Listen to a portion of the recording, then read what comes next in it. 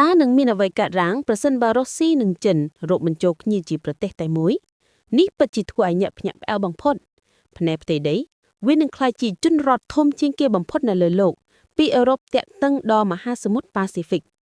ផ្នែកសេដ្ឋកិច្ចវានឹងក្លាយជាអំណាចឧស្សាហកម្មនិងបច្ចេកវិទ្យាដ៏មហិមា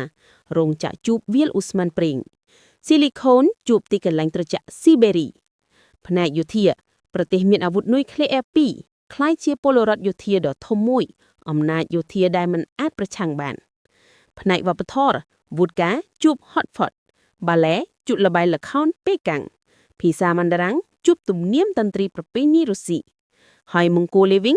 ត្រូវបានលេបសណ្ដាក់ឯករាជ្យរបស់វាអស់ទៅ